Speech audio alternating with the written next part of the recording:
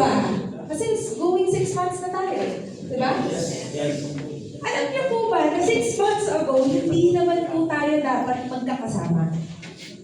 Hindi nga po tayo dapat magkakakilala 6 months ago. Pero nagbago po yung ihip ng tadhana. Naniniwala po ba kayo sa tadhana? Yes! Sa panahon po na ginagawa po itong Ascendra, alam niyo po ba na ayoko pa yung pangalan na Ascendra? First time ko nasabi ko na. Sabi ko, hindi. Kailangan bago. Kailangan kakaiba. Kailangan grabe. Little did we know, little did I know, yung tadhanang yun, dinala tayo, na magsasama-sama tayo sa company called Ascendra! Grabe, diba? 6 months ago, wala po to. Bakit po ba kung nasabi na wala? Kasi supposedly, aalis naman na po si CEO sa industry ng network marketing. We were really supposed to start a business very different sa industriya ang pinanggalingan niya. And that's the truth. Pero nagbago po yung ihip ng hangin kasi sa experience niya sa kung nasan siya before, ay bakit nga po ba ayaw niya na? Nga po ba gusto niya ng alisan?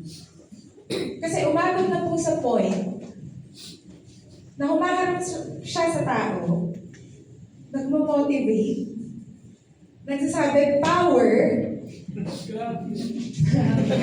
grabe,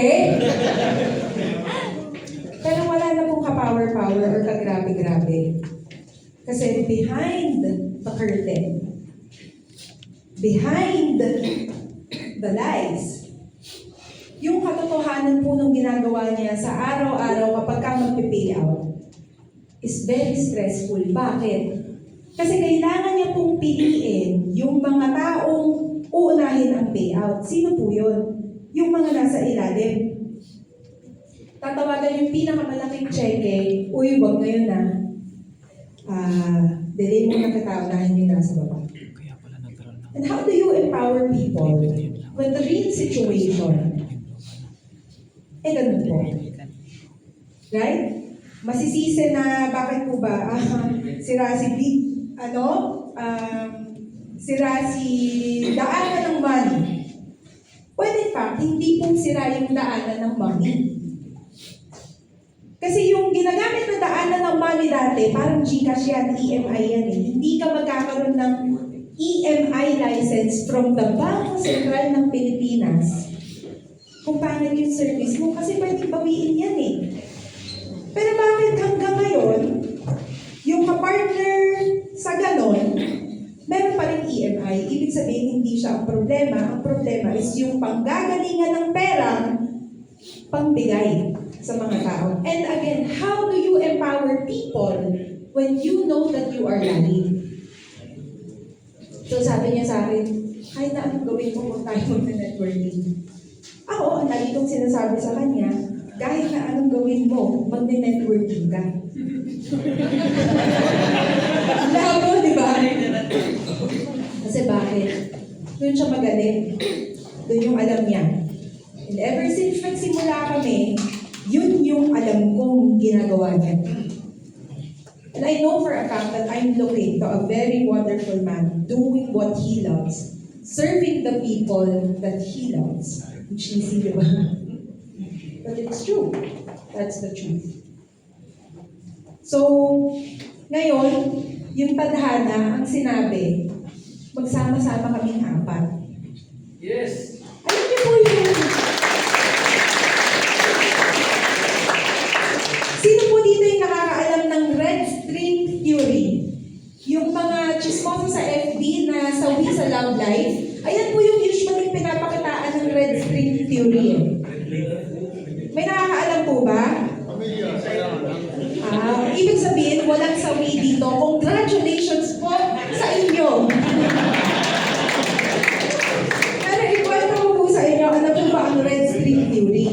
Yung red string theory, sabi nila, meron ka daw nakatadhanang isang tao para sa iyo.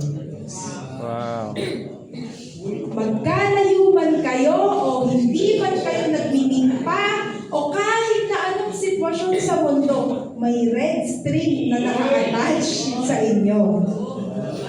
At si Tadhana, hihilahin at hihilahin yung red string na yon para makasama mo yung taong nakatadhana sa iyo. Grabe. Sino kaya? At ano po yung sinabi ng red string na yun? Na sa aspeto ng negosyo, kaming apat po siguro yung pinata. Para mabuo po itong house natin, company natin na si Ascendra International. Alam naman po natin, everyday may nakakausap kayong mga tao. Andyan po yung duda. Hindi nawawala yan. Ngayon, bago ang company natin, ang duda is magtatagal ba yan? Magagawa ba niyan ang sinasabi niyang magagawa niyan? Pero ang question ko po, sa mga hindi na first-timers dito, ano po ba yung pagdududa sa inyo kung nasa ibang company kayo? Ang tagal na niyan, hindi na makakapagpaano dyan kasi ang tagal, lahat na ng tao nakasali, lahat na ng tao na-invite dyan. Right? Andun po lagi yung pila. And nung tinatayo po namin to, nung patayo itong Ascendra, andun din po yung duda naming apat. Kaya ba? Tama ba? Dapat ba? Lahat ng pwedeng pagdudahan, pinagdudahan na po namin. Pero ano po yung nakatanggal ng duda namin apat? Kasi the mission is bigger than our doubts. The mission to be better, the mission to provide better, the mission na masolusyonan yung mga problemang nakikita kung bakit may posibilidad ng overpay out, kaya ganito yung compensation plan natin. Yung problema na pare-pareho na lang yung produkto sa merkado, quality pa ba talaga? Kaya ganito po ang mga produkto natin. And yung kultura. Yung kultura na kahit na anong gawin mo, pagbalik-balik ka rin mo sa mundo, hindi mo daw doktor. Kasi yung kultura, yan ang totoo. Wala lang, totoo. Yan ang tagapagsabi ng totoo. Ngayon, dito po sa kulturang binibuild natin sa Ascendra, gusto ko po, ako ang lesson na mabibigay ko sa inyo. Nung tinatayo po namin itong Ascendra, ang hinahanap po namin, partner. Hindi po kakilala lang. Hindi nakausap lang para mapa-enroll. Hindi chichikahin mo lang kapag hindi mo napa-enroll, hindi mo na chichikahin ulit. Hindi ganon. Ang hinahanap ko po dito, partner. Ano rin po ang dapat niyong hanapin kung kultura ang binibuild natin? Partner. Bakit? Ang ma-share ko po sa inyo. Meron akong nakausap dito nung kailan lang. Actually, na-touch ako sa kanila. At tinanong nila sa akin, bakit po madaling makasama kayo or mababaan kayo o makausap kayo? Alam niyo po ba ang isinagot ko? At gusto ko pong ipaalam sa bawat isa sa inyo. Nagagawa po namin yung mga ginagawa namin para sa inyo, madali at kaya, dahil hindi po namin tingin sa inyo pagkakaperahan. Hindi po workhorse para makabayad ng utang dahil wala pong utang si Ascendra. Okay? Hindi po nakabayad ng utang kasi kami pong apat, wala po kami utang. Hindi namin kailangan na magpakapuyat ka, magpakapagod ka. Kausapin mo lahat ng pwede mong kausapin para ipambayad kita na hindi. Gusto ko gawin mo ang kailangan mong gawin para maging successful ka sa business na to. Para kanino? Para sa'yo. Yes. Bakit? Alam niyo po ba sa experience ko sa pagiging negosyante, mas marami po akong iniyak kaysa sa ikinasaya ko. Marami pong charge to experience. Umabot ng ilang milyon ng enrollment. Umabot ng ilang tao ang nasunog kong akala mong kaibigan ko, tinawag mong kapatid, tinawag mong kapamilya, tinawag na ganito. Marami po akong iniyak. And ang pinakaayaw ko pong gagawin ninyo tonight is that iti-take niyo po for granted yung kagandahan ng industriya ng network marketing. Siguro nga po, nagiging comfort zone natin na andyan lahat ng pwede nating pagtanungan eh. Alam niyo po ba, nung ako nagsisimulang magnegosyo, wala akong mapagtanungan. At yung mga katulad kong negosyante, kapag tinanong ko, sure ako, magsisinungaling sila sa akin. Bakit? Dahil hindi nila pwedeng ipaalam sa akin yung ginagawa nila. Dahil magiging successful ako katulad nila. Madalang yung negosyante, madalang yung mentor na ibibigay sa'yo lahat. Madalang yung mentor, madalang yung negosyante na yung sistema para maging successful ka, ituturo sa'yo. Right? Dito po kapatid na related ng FP nyo, kakasabi, go, turbo. Diba? Huwag niyo pong iti-take for granted yun. Kasi hindi po lahat ng makakasama niyo sa labas, sa road ng pag-asenso, laging tama o maganda ang gustong mangyari sa inyo. Right? And hindi lang po sila yung meron kayo. Kami din. Kasi nga, ang hinahanap ko po ay partner po tayo. Ngayon, again, ang masishare ko po sa inyo,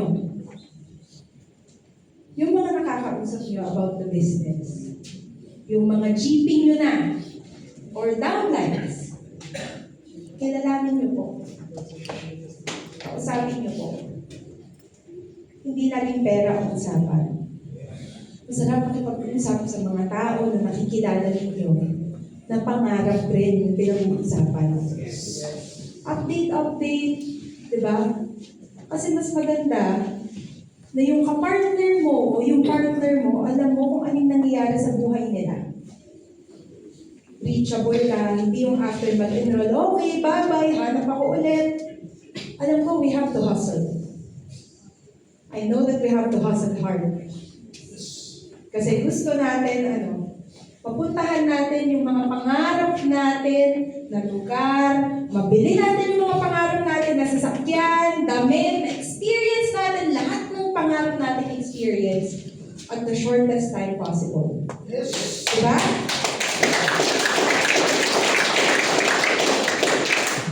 Pero mas magagawa po natin na meaningful yun kapag yung experiences na yan, kilala natin yung kasama natin. Yes. Diba? Lagyan po natin ng puso yung pagnenegosyo. Because you can never go wrong with that. Yes. Diba? Yes. So ngayon, sino po ba dito yung makukuha na yung dream car nila? Sino po ba dito yung makukuha na yung dream wardrobe nila? Yung dream wardrobe na maglalakad ka lang, ilang beses kang nililingon. Sino po yung makukuha na yun? Sino naman po dito yung makukuha na yung dream experience na travel nila? Sino naman po dito yung makukuha na yung experience na kapag nagpa-fine dining restaurant, hindi po tumitingin sa presyo.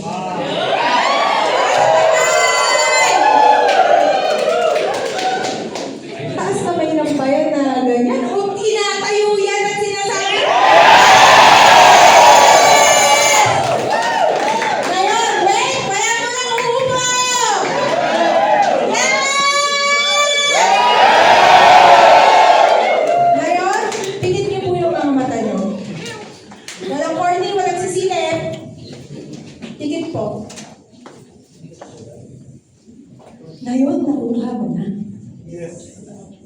Nagpagod ka, pinaghirapan mo, as in, iniyakan mo, pinagpawisan mo, ipinagpaus mo, nakuha mo na yung dream car mo, dinadrive mo na ngayon!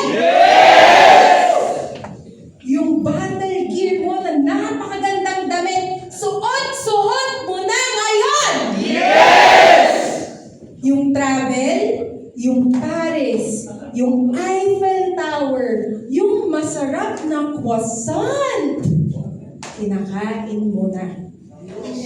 At wala lang sa'yo yung conversion sa euro to peso.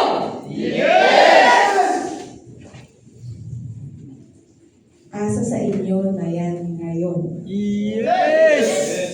At walang ibang ginagawa dyan kung hindi isinisigaw at itinatalon ng